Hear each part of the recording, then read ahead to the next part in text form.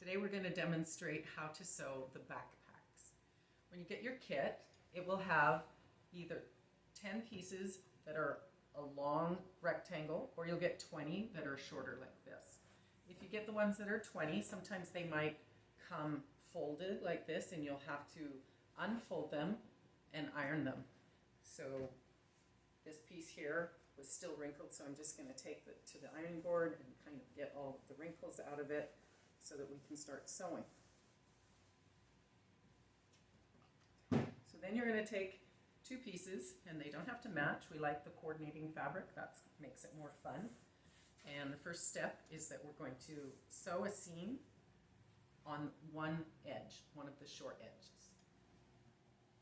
So after we've serged all the way around all of it, you can see that this has all been serged. We're going to make a casing, a 1-inch casing along the top of it. Just fold it over, press it, and sew down 1 inch. But we want you to do both casings together with a chain in between so that it looks like this when you're finished. That's going to help us when we're threading the paracording. In your kit, you will receive the paracording, and it should be already pre-cut. You're going to undo this, and we're going to thread these through, and I'm going to show you how that's done.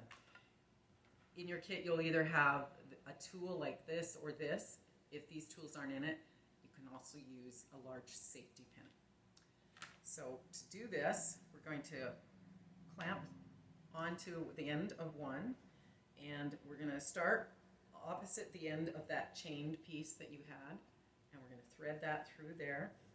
And this just makes it easier when it's already stitched to be able to continue to run on through.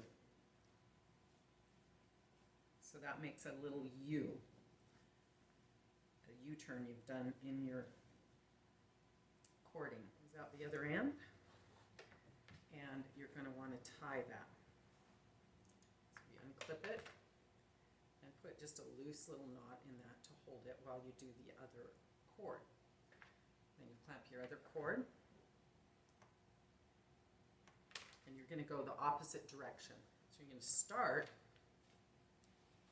where this U-turn was and go the other way, making another U-turn the opposite direction. You have both of them threaded through.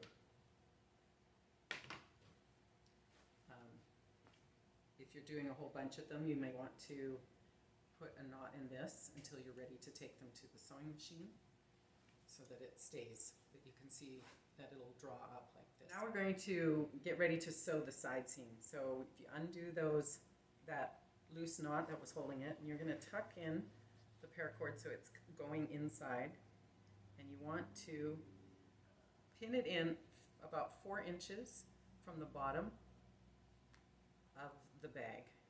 So put that pin through there to hold it. And you're going to go to the sewing machine, and you're going to sew from the bottom up, catching that paracording and backstitching it in securely. So go over it a couple of times, and then finish sewing all the way up to the top. So you're going to stop just before the casing.